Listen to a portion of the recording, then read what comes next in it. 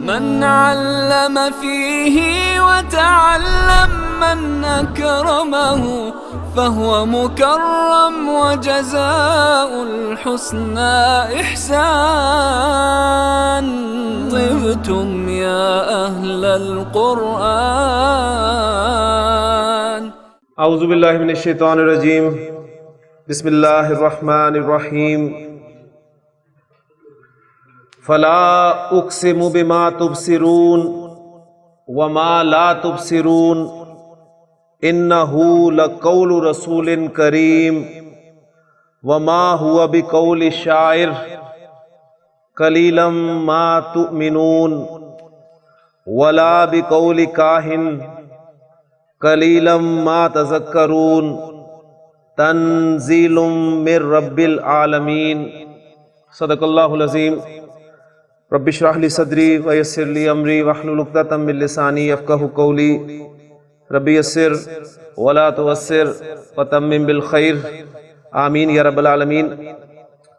سورۃ الحاقہ کے دوسرے رکوع کی چند آیات میں نے آپ کے سامنے تلاوت کی ہیں، اور آیات کو تلاوت کرنے کا مقصد جو ہمارا سبق ہم نے کل پڑھا ہے، جملہ اسمیہ کو منفی بنانا اور منفی بنانے کے لیے ما کا استعمال، اور پھر اس سے پہلے جو حروف مشبہ بالفعل میں ہم انا کو خاص طور پہ تفصیل سے دیکھ چکے ہیں جملے میں زور پیدا کرنے کے لیے. تو اس حوالے سے چند آیات آپ کے سامنے ہیں. فلا اقسم بما تبصرون. اب یہ لا جو یہاں پر استعمال ہوا ہے یہ اصل میں انشاءاللہ جب آپ فعل پڑھیں گے تو اس وقت آپ کے سامنے آئے گا، یعنی یہ والا لا نہیں ہے. وما لا تبصرون اصل جو آپ نے یہ ہے کہ انہ قول رسول کریم، کریم رسول کا قول. وما ہوا بقول شاعر.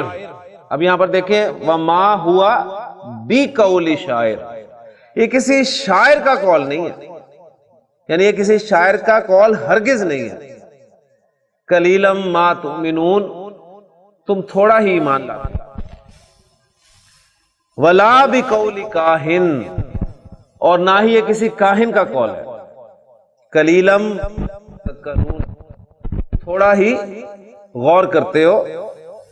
یہ کیا ہے؟ تنزیل من رب العالمین، یہ نازل کردہ ہے رب العالمین کی طرف سے. تو انشاءاللہ تعالیٰ جو ہم آگے چلیں گے قرآن مجید کا ٹیکسٹ انشاءاللہ آپ کے سامنے جو ہے وہ کسی نہ کسی حد تک واضح ہوتا جائے گا. پھر یہ اب ڈیپینڈ کرے گا آپ کی محنت پر. آپ جتنی محنت کریں گے اتنا ہی انشاءاللہ تعالیٰ آپ کو جو ہے وہ پھل ملے گا، اور اتنا ہی قرآن مجید کی زبان جو ہے وہ آپ کو سمجھ آئے گی. اللہ تعالیٰ سے دعا ہے کہ اللہ تعالیٰ ہمارے لیے اس کام کو آسان کرے. اب الحمدللہ تقریباً ہمارا جو 4 ماہ کا کورس ہے اس میں سے 2 ماہ تقریباً مکمل ہونے والے ہیں، اور انشاءاللہ تعالیٰ ہمارے اسم کے حوالے سے بھی 1-2 ٹاپکس رہتے ہیں، وہ انشاءاللہ تعالیٰ ہمارے 1-2 لیکچرز میں مکمل ہو جائیں گے. اور پھر اس کے بعد ہم فعل انشاءاللہ تعالیٰ شروع کریں گے، اور جب فعل پڑھیں گے آپ تو آپ دیکھیں گے کہ ایک اور بہت بڑا حصہ قرآن مجید کا آپ کے سامنے آئے گا انشاءاللہ تعالیٰ. تو اب ہم مزید ایک سٹیپ آگے چلتے ہیں. جملہ اسمیہ کو منفی بنانے کے لیے آپ نے ما، لا، ان، لاتا جیسے الفاظ دیکھے، اور ان کے پیچھے پھر وہ لیسا والی بات بھی آپ کے سامنے ہے. آپ کو قرآن مجید میں بعض اوقات ایک لا ایسا نظر آتا ہے جس کے بعد والا اسم بغیر تنوین کے ہوتا ہے اور حالت نصب میں ہوتا ہے. یہ لا کس لیے استعمال ہوتا ہے اس پہ اب ہم بات کرتے ہیں، اور یہ بہت اہم ایک ٹاپک ہے عربی گرامر کا. عربی گرامر کی کتابوں میں آپ کو ایک ٹاپک ملے گا لائے نفی.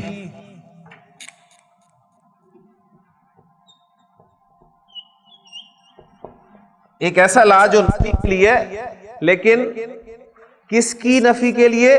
للجنس، جنس کی نفی کے لیے. تو اسے آسانی کے لیے ہم کہتے ہیں لائے نفی جنس. لائے نفی جنس ایک ایسا لا جس کے بعد آپ کو اسم بغیر تنوین کے حالت نصب میں نظر آئے. ایگزامپل میں نے آپ کے سامنے بڑی مشہور ایگزامپل رکھی ہے. سورۃ البقرہ کے شروع میں آپ کو الفاظ ملتے ہیں کہ الف لام میم ذالک الکتاب لا ریب فیہ. تو یہ جو لا ہے اس کے بعد آپ نے نوٹ کرنا ہے کہ اسم آپ کو حالت نصب میں نظر آ رہا ہے اور بغیر تنوین کے. کلیئر ہو گیا؟ اور تیسری بات نکرہ ہے. اور یہ ویسے بھی آپ کو پتا ہے کہ ہم نے لا کے بارے میں پڑھا تھا کہ لا کے بعد جو اسم ہوتا ہے وہ نکرہ ہی ہوتا ہے ہمیشہ. ٹھیک، اس لیے اس پہ اتنی آپ کی توجہ نہیں ہوگی. اصل توجہ آپ نے کرنی ہے کہ اسم جو ہے وہ اس پہ تنوین نہیں آ رہی اور حالت نصب میں ہے. تو یہ لا جو ہے یہ اس اسم کی جنس کی نفی کر دیتا ہے. کس میں سے؟ اس کی خبر میں سے.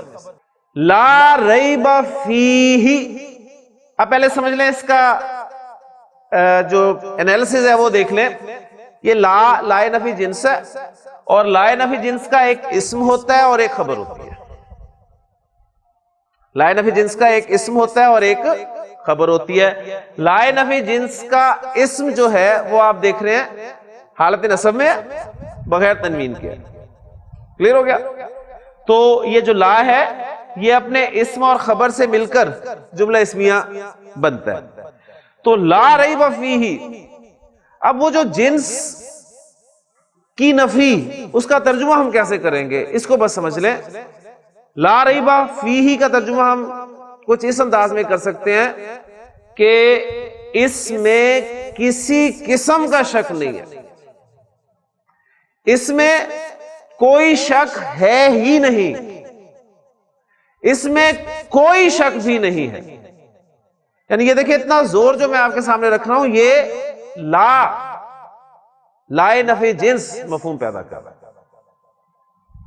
اب دیکھیں قرآن مجید اپنا تعارف ہی یہاں سے کرا رہا ہے کہ ذالک الکتاب، یہ کتاب لا ریب فیہ ہے. یعنی وہ کتاب ہے جس میں کسی قسم کا شک ہے ہی نہیں. یعنی شک کی جو مختلف قسمیں ہو سکتی ہیں نا ان سب کی نفی کر دی. سب کی نفی کر دی. کس میں سے؟ اس کی خبر میں سے. یعنی خبر میں سے مراد کیا ہے؟ اس کتاب میں کسی قسم کا شک نہیں ہے. ٹھیک، جس طرح اس کی سادہ سی ایگزامپل میں آپ کے سامنے اور رکھتا ہوں پھر بات ذرا مزید کلیئر ہو جائے گی. میں کہتا ہوں عربی زبان میں کہ لا رجلا، لا نفی جنس کے بعد جو اسم آئے گا وہ حالت نصب میں ہوگا اور تنوین کے بغیر ہوگا. تو لا رجلا فی الدار. کیا ترجمہ کریں گے؟ گھر میں کوئی بھی آدمی نہیں ہے. یعنی اب اس کا مطلب یہ نہیں کہ سب آدمیوں کی نفی کر دی. مقصد آدمی جنس کی نفی کی ہے کہاں سے؟ گھر میں سے. یہ نہیں ہے آدمی کوئی ہے ہی نہیں، ایسا مطلب نہیں ہے. گھر میں کوئی آدمی بھی نہیں. لا رجل فی الدار، گھر میں کوئی بھی آدمی نہیں. جیسے آپ دیکھتے ہیں کہ اکثر آتے ہیں تو پوچھتے ہیں جی کوئی آدمی ہے گھر میں، تو آپ کہتے ہیں جی گھر میں کوئی آدمی نہیں ہے. تو اب آپ عربی میں سے کہیں گے کہ لا رجل فی الدار، گھر میں کوئی آدمی بھی نہیں ہے، کوئی آدمی ہے ہی نہیں. کلیئر ہو گیا جی؟ اچھا، اب یہ جو رجلہ ہے یہ اس لا کا اسم ہوگا اور جو فی الدار جار مجرور جو ہے یہ اس لا کی خبر بن کر استعمال. اب اس کی مزید ایگزامپل میں آپ کے سامنے رکھتا ہوں تو انشاءاللہ تعالیٰ اور آپ کے سامنے کلیئر ہوگی. میں ایک کام یہ کرتا ہوں کہ آپ کو ایک اسم دیتا ہوں اور آپ سے درخواست کرتا ہوں کہ اس اسم کو اس شکل میں لائیں. یعنی اس پہ تنوین نہیں لانی ہے آپ نے اور اسے حالت نصب میں لے کے آنا ہے. پھر انشاءاللہ تعالیٰ بات کلیئر ہو جائے گی. عربی زبان میں ذلن کہتے ہیں سائے کو، سایہ. اب اسم سے پہلے میں لا نفی جنس لگانا چاہتا ہوں تو کیا بن جائے گا جی؟ لا ذلہ. تو کیا ترجمہ کریں گے؟ ٹھیک ہے نا, کوئی سایہ نہیں. اب یہ اس طرح نہیں مزہ آئے گا, کوئی بھی سایہ, کسی قسم کا سایہ نہیں. یعنی سائے کی کوئی بھی شکل آپ کے ذہن میں اگر آ سکتی ہے نا تو اس کی نفی کرتے ہیں. دیکھیں سائے کی مختلف شکلیں ہو سکتی ہیں. آپ آج کل اب دن ہے گرمیوں کے, تو آپ دیکھتے ہیں کہ آپ گھر میں ہوتے ہیں تو آپ کو کمرے میں جو ہے سایہ ملتا ہے, یعنی ایک چھت کا سایہ. آپ ذرا کمرے سے باہر نکلتے ہیں تو آپ کو دیوار کا سایہ مل جاتا ہے, وہ ایک سائے کی شکل ہوگی. پھر تھوڑا سا باہر جاتے ہیں, گھر سے باہر نکلتے ہیں تو کوئی درخت ہے, آپ کو اس کا سایہ نظر آ جاتا ہے, وہ مل جاتا ہے. مزید کھلی جگہ پر جاتے ہیں, کوئی سائے کے لیے چیز نہیں ہے, تو اگر آپ کے پاس چھتری ہے تو آپ چھتری کا سایہ کر لیتے ہیں. ایک سائے کی وہ قسم ہوگی آپ کے پاس. اچھا اگر چھتری بھی نہیں ہے, آپ کے پاس کوئی فائل ہے, کوئی کتاب ہے, آپ اسے سر پہ رکھ لیتے ہیں, اس کا سایہ لے لیتے ہیں. ٹھیک, اور کچھ نہیں تو اپنا ہاتھ اوپر رکھ لیتے ہیں, اس کا بھی آپ کو سایہ مل جائے. ان تمام سایوں کی نفی کر دی جائے تو یہ کنسٹرکشن آتی ہے لازم.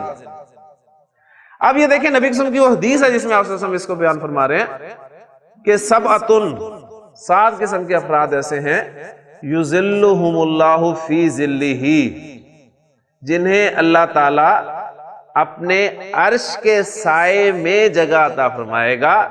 یوما, ایک ایسے دن, لا ذلہ. اب آپ اس کو سمجھیں گے کہ لائے نفی جنس کے ساتھ اس لفظ کو بیان کیا گیا جس دن کسی قسم کا سایہ نہیں ہوگا, کسی قسم کا بھی سایہ نہیں ہوگا. سایہ کی جو بھی شکل آپ کے ذہن میں آ سکتی ہے نا اس کو نکال دیں ذہن سے. اللہ, سوائے, ذلہ, اس کے عرش. بہت بڑا انعام ہے. اور آپ کو پتا ہے کہ اس دن سورج جو ہے وہ کہاں ہوگا, یعنی اس وقت سورج جو ہے ہم سے اتنی دور ہے, لیکن اب وہ اپنا اثر جو ہے دکھانا شروع ہو گیا.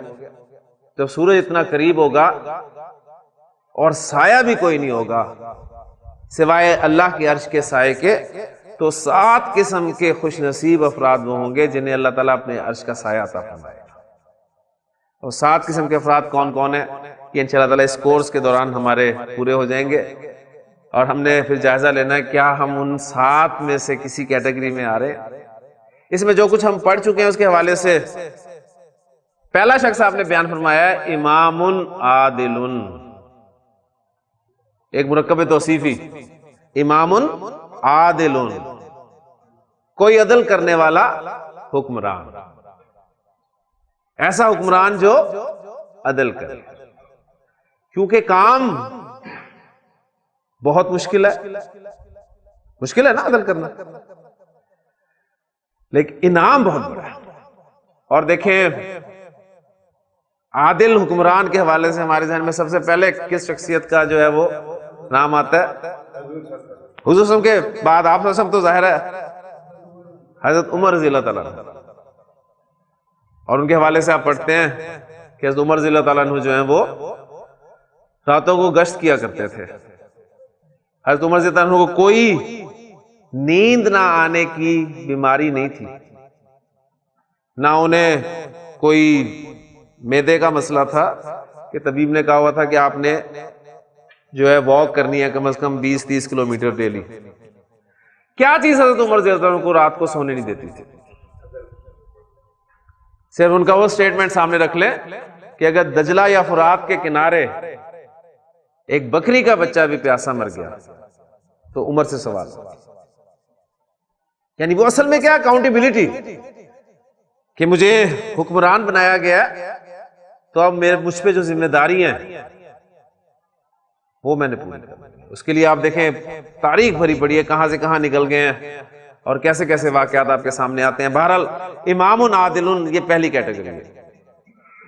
باقی جو ہے یہ بھی آپ کر سکتے ہیں جملے کے حوالے سے کہ وَرَجُلٌ قَلْبُهُ, اب اس کو ٹرانسلیٹ کریں ساتھ ساتھ, قلبہ, اس کا دل, معلقن, اٹکا ہوا ہے, فی المساجد, مساجد. ایسا شخص جس کا دل مسجد میں اٹکا رہے. کیا مطلب ہے اس کا؟ ٹھیک ہے، نماز کا انتظار. ایک نماز پڑھی ہے تو دوسری نماز کی اسے فکر ہو، اس کا انتظار. دوسری پڑھ لی تو تیسری نماز کا جو انتظار ہو اس کی فکر ہو. اور چونکہ دیکھیں مسجد کے ساتھ ایک تعلق تو آسان کام نہیں ہے. ہم تو ابھی موسم گزار کے آئے ہیں ابھی، یعنی وہ سردیوں والا موسم جس میں آپ دیکھیں ظہر کی نماز کے بعد عصر ایسے، مغرب ایسے، عشاء ایسے. تو عام طور پہ ہماری زبانوں سے بڑے غلط قسم کے الفاظ نکل جاتے ہیں کہ سردیوں میں نمازوں کے علاوہ اور کوئی کام ہی نہیں. ابھی تو پڑھ کے آئے تھے، ایک گئی دوسری آ گئی. تو مسجدوں میں دل کاٹ کر ہے یہ کام. پھر وہی بات ہے کہ آسان کام نہیں ہے. مسجد سے تعلق، مسجد سے محبت، اس لیے انعام بھی بہت بڑا ہے. باقی انشاءاللہ تعالیٰ وہ ایک حدیث، اسی کا ایک حصہ میں نے آپ کو کل پرسوں غالباً سنایا تھا، تو یہ وہ فعل سے متعلق ہے. تو انشاءاللہ یہ حدیث پوری ہم اس کورس کے دوران جو ہے مکمل کر لیں گے. ایک ایگزامپل آپ کو ملے گی، لا عاصمہ. عاصم کہتے ہیں بچانے والا، بچانے والا. حضرت نوح علیہ السلام جب کشتی میں سوار تھے اپنے ساتھ ایمان والوں کو لے کر، اور وہ پوری جو ڈیٹیلز اس کی آئی ہیں کہ جانور بھی تھے اس میں جوڑے جوڑے کی شکل میں، تو حضرت نوح علیہ السلام کو اپنا بیٹا نظر آیا. تو انہوں نے سے کہا کہ یا بنی ارکم معنا، اے میرے بچے ہمارے ساتھ کشتی میں سوار ہو جا. تو پتہ اس نے کیا کہا؟ اس نے کہا قال سآوی الی جبل، میں کسی پہاڑ پر چڑھ جاؤں گا. جبل نکرہ، میں کسی پہاڑ پہ پناہ لے لوں گا. یعصمنی من الماء، جو مجھے بچا لے گا پانی سے. تو نوح علیہ السلام نے فرمایا قال لا عاصم اليوم، آج کے دن بچانے والا کوئی نہیں. یہ جو کہا نا پہاڑ مجھے بچا لے گا، تو لا عاصم اليوم، آج کے دن بچانے والا کوئی بھی نہیں سوائے اس کے جس پہ میرا رب بھی رحم کرے. اسی طرح آپ دیکھتے ہیں بڑی مشہور جو جملہ ہے، لا حول ولا قوت الا باللہ، یعنی اللہ کی مدد کے بغیر آپ نہ کوئی نیکی کر سکتے ہیں اور نہ ہی کسی گناہ سے بچ سکتے ہیں. ٹھیک ہے، کوئی طاقت، کوئی قوت جو ہے وہ آپ کے پاس نہیں ہے. تو یہ بھی بالکل لا نفی جنس ہے. پھر دیکھیں، ہاں جی، سب سے بڑی اگزامپل ہمارا کلمہ لا الہ الا اللہ، یعنی لا الہ غیر اللہ، اللہ کے سوا کوئی الہ ہے ہی نہیں. تو عرب کو چونکہ پتا تھا یہ کہ کلمہ کہنے سے اس کے ساتھ ہوگا کیا. ہمیں کلمہ یہ اللہ کا شکر ہے، میں کہتا ہوں کہ مفت میں ملا ہے، اس لیے شاید ہمیں اس کی قدر نہیں ہے. لیکن عرب حضرت بلال سے پوچھیں لا الہ الا اللہ کے کیا معنی، حضرت خباب بن الارت رضی اللہ تعالیٰ عنہ سے پوچھیں لا الہ الا اللہ کے کیا معنی، حضرت عثمان رضی اللہ تعالیٰ عنہ سے پوچھیں لا الہ الا اللہ کے کیا معنی. تو انہیں پتا تھا. تو تبھی آپ دیکھیں کہ جس نے لا الہ الا اللہ کہا ہے پھر اس کے ساتھ کیا ہوا. ہم تو الحمدللہ پیدا ہوتے ہیں گھر میں تو لا الہ الا اللہ ہمیں ویسے ہی سننے کو ملتا ہے. پھر نبی قسم کی جو بڑی خوبصورت دعا ہے جس میں آپ نے تعلیم یہ دی ہے کہ اللہم لا مانع، مانع روکنے والا، لا مانع کوئی روکنے والا ہے ہی نہیں، لما آتیتا جسے تو عطا کر دے، اسے کوئی روک ہی نہیں سکتا. جسے تو فیصلہ کر دے کہ میں نے دینا ہے اسے کوئی نہیں روک سکتا. ولا موتیا، اور کوئی عطا کرنے والا ہے ہی نہیں، لما مناتا جس کے بارے میں تو فیصلہ کر دے کہ میں نے اسے نہیں دینا. تو یہ تعلیم نبی صلی اللہ علیہ وسلم نے دی ہے اپنی امت کو، اور یہ وہ دعا ہے جو آپ کی مسنون دعاؤں میں سے ملتی ہے کہ آپ ہر نماز کے بعد اس دعا کو پڑھا کرتے تھے اور اس کی تعلیم فرمایا کرتے تھے کہ اللہم لا مانع لما اعطیت ولا معطی لما منعت ولا ينفع ذا الجد منک الجد. تو یہ دعا آپ کو مل جاتی ہے، آپ اسے یاد کریں. یہ اصل میں تعلیم ہے کہ جب اللہ تعالیٰ فیصلہ کر لیتا ہے کسی کو دینے کا تو کوئی نہیں روک سکتا. یہ ایمان ہونا چاہیے. اور جب اللہ تعالیٰ ہی کسی کو نہ دینے کا فیصلہ فرما دیں تو سارے مل کر بھی اسے دینا چاہیں اسے نہیں دے سکتے. میں جملہ آپ کے سامنے ایک لکھ رہا ہوں، یہ کتاب لا ریب فی ہے. یہ کتاب لا ریب فی ہے. اس جملے میں مبتدا کیا جی؟ یہ کتاب. اور خبر کیا ہے؟ لا ریب فی ہے. کہ یہ تو عربی نہیں ہے. اب اسے عربی میں ٹرانسلیٹ کریں.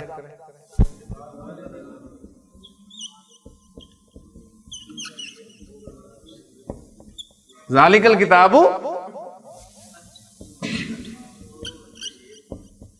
لا ریب فیہ.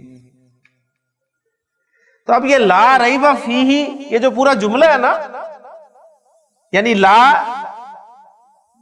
نفی جنس، ریبہ اسم لا، اور فیہ جار مجرور خبر لا.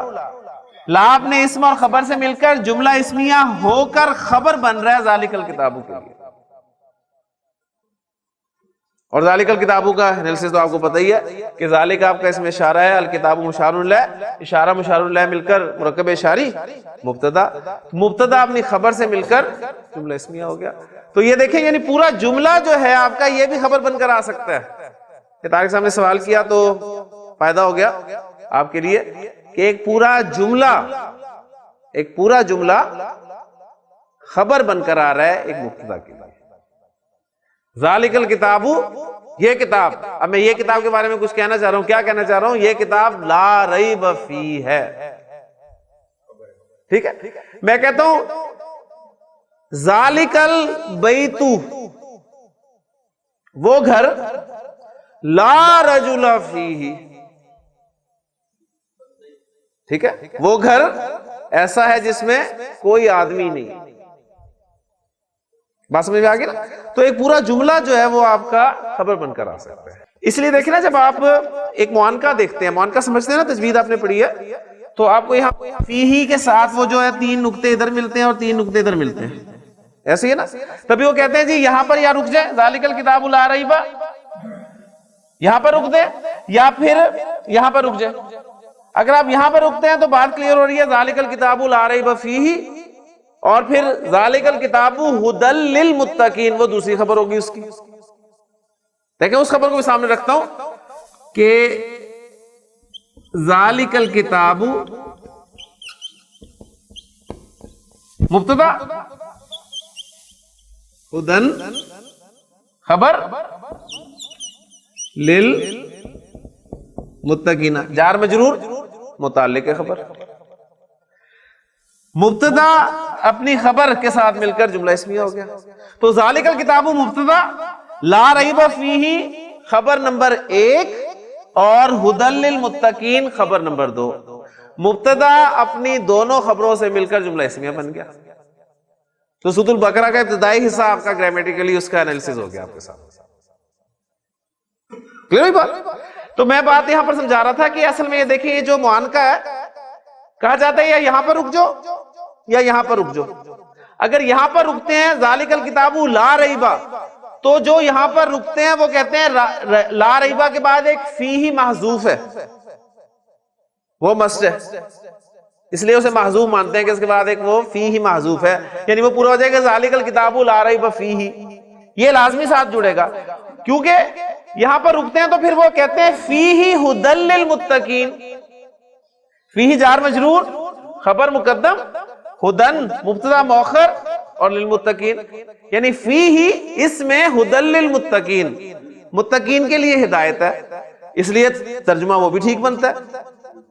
یہ اس لیے معانقہ آپ کو ملتا ہے نا، یہاں پہ آپ کسی ایک جگہ پہ رک جائیں تو ترجمے میں گنجائش ہوتی ہے، یہاں رک جائیں تو ذالک الکتاب لا ریب فیہ، یعنی اس فیہ کو معذوف مان کر کہ یہ کتاب لا ریب فیہ ہے اور فیہ ھدی للمتقین، اس میں ہدایت ہے متقین کے لیے۔ اور اگر یہاں پر رکیں تو ذالک الکتاب لا ریب فیہ، یہ کتاب لا ریب فیہ ہے اور ھدی للمتقین ہے۔ ہر زبان میں کسی کو بلانے کے لیے، پکارنے کے لیے کچھ الفاظ ہوتے ہیں۔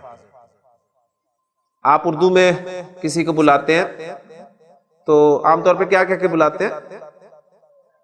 ارے، اے، اوئے، ٹھیک ہے، او، اس طرح کے الفاظ بولتے ہیں نا، تو مختلف الفاظ آپ بولتے ہیں ظاہر ہے۔ تو عربی زبان میں بھی کسی کو بلانے کے لیے الفاظ استعمال کیے جاتے ہیں، ان الفاظ کو حروف ندا کہتے ہیں۔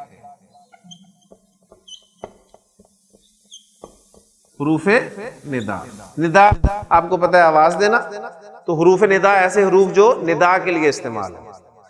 اچھا، عربی زبان میں بھی کچھ حروف ندا استعمال ہوتے ہیں، لیکن وہ سارے حروف ندا پڑھنے کا ہمیں کوئی فائدہ نہیں ہوگا، اس لیے کہ ہمارا سکوپ قرآن مجید کو سمجھنا ہے، لہٰذا قرآن مجید میں جو استعمال ہوا ہے یا جو سب سے اس کا آپ کہہ لیں کہ زیادہ استعمال ہونے والا حرف ندا وہ ہے عربی میں یا۔ یا کے معنی ہوتے ہیں اے، ٹھیک ہے۔ اب یہاں پر پہلی بات سمجھ لیں، میں کہتا ہوں اردو میں اے لڑکے، تو یہ اے جو ہے یہ آپ کا حرف ندا ہوگا،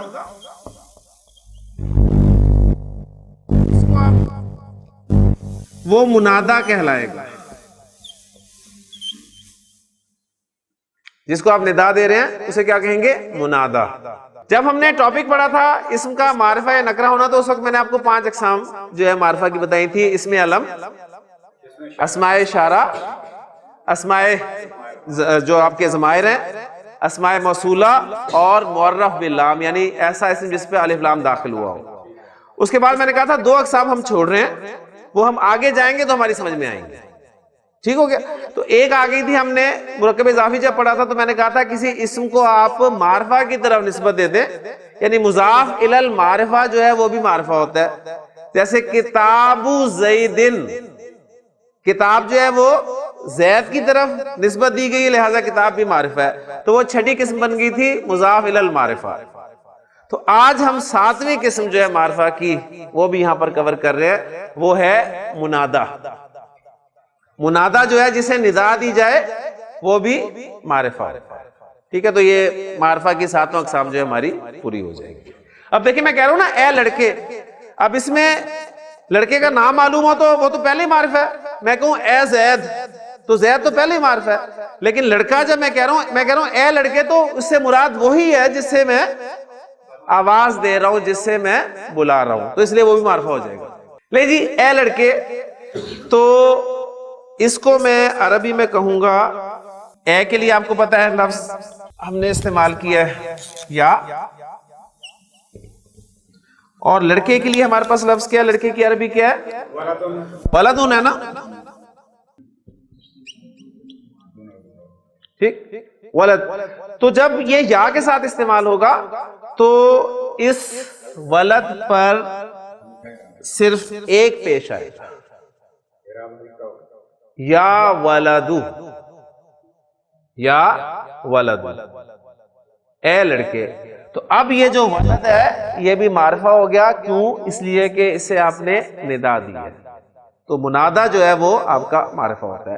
اچھا، اب یہاں پر یہ جو ہے اس پہ سنگل حرکت کیوں ہے؟ اس کے حوالے سے یا کے ساتھ اسماء کا کچھ آپ کہہ لیں کمبینیشنز ہیں، وہ کمبینیشنز آپ کے سامنے میں رکھ دیتا ہوں، انشاءاللہ یہ ٹاپک بھی آپ کے لیے بہت ایزی ہو جائے گا انشاءاللہ۔ پہلا اس میں کمبینیشن ہے جی آپ کا یا پلس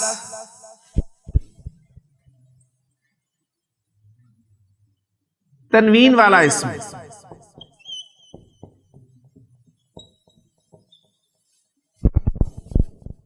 یا پلس تنوین والا اسم، جیسے آپ کے سامنے ہے نیچے ایگزامپل دے دیتا ہوں، یا پلس زیدن. اب زیدن تنوین والا اسم ہے نا، اب معرفہ نکرہ کی بات نہیں میں کر رہا، میں تنوین والے اسم کی بات کر رہا ہوں، چاہے وہ معرفہ ہو یا چاہے نکرہ ہو، یا زیدن ہو یا ولدن ہو.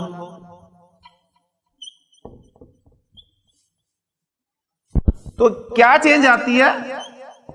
یا زیدو، تنوین ختم ہو جاتی ہے. یا زیدو اے زید، یا ولدو اے لڑکے، یا رجلو اے آدمی، یا حامدو اے حامد، ٹھیک، یا ہاشمو اے ہاشم. کلیئر ہو گیا؟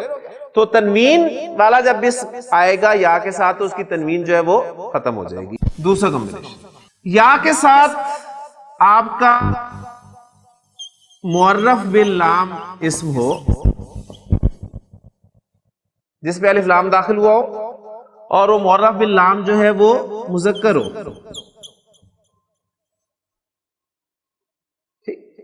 جیسے یا پلس الولد، یعنی ولدن ہم نے استعمال کیا تھا نا تنوین کے طور پہ، اب ہم اسے معرف باللام لا کے استعمال کر رہے ہیں.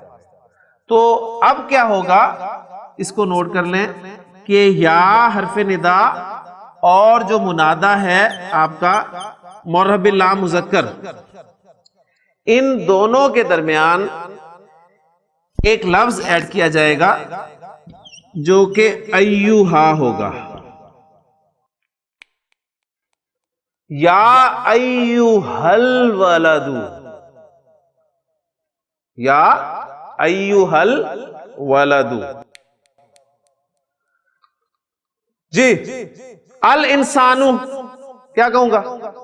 یا ایوہل انسانو اے انسان، ما غرک بربک الکریم.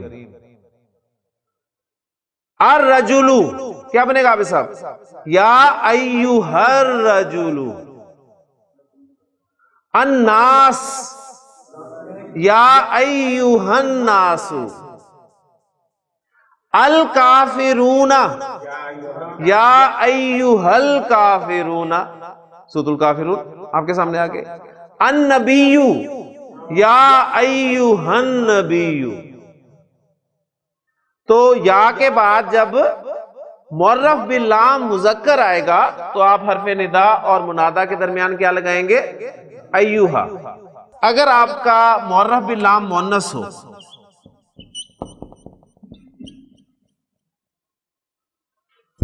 تو یا اور منادہ یعنی حرف ندا اور منادہ کے درمیان آپ لفظ لائیں گے ایتھا.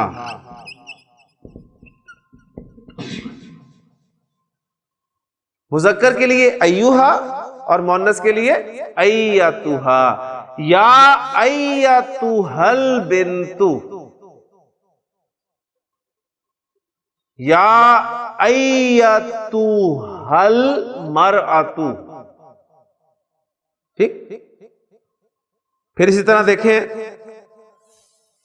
مجھے بتائیں کہ النفس جو ہے یہ مذکر ہے یا مؤنث ہے؟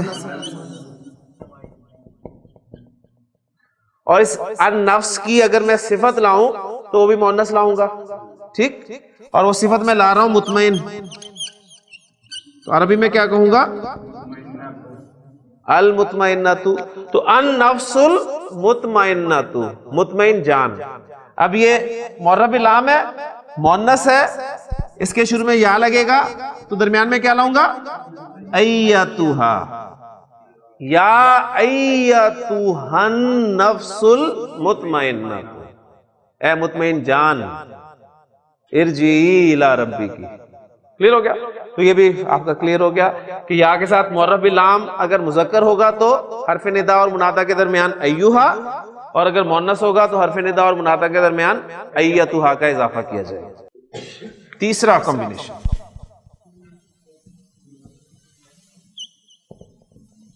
یا پلس منادا مضاف، یا کے بعد آپ کا مرکب اضافی آ رہا ہے، یا کے بعد مرکب اضافی آ رہا ہے، یا پلس میں کہتا ہوں عبداللہ، عبداللہ آپ کا مرکب اضافی ہے نا، ٹھیک ہے، اللہ کا بندہ. تو میں کہنا چاہتا ہوں اے عبداللہ، تو یہ یا کیا کرے گا،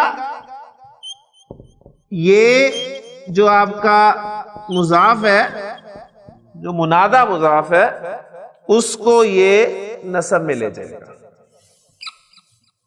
یا عبداللہ، اردو میں آپ یہ کہیں گے اے عبداللہ، اردو میں عبداللہ ہی کہیں گے اے عبداللہ، لیکن عربی میں یا عبداللہ. نساء النبی،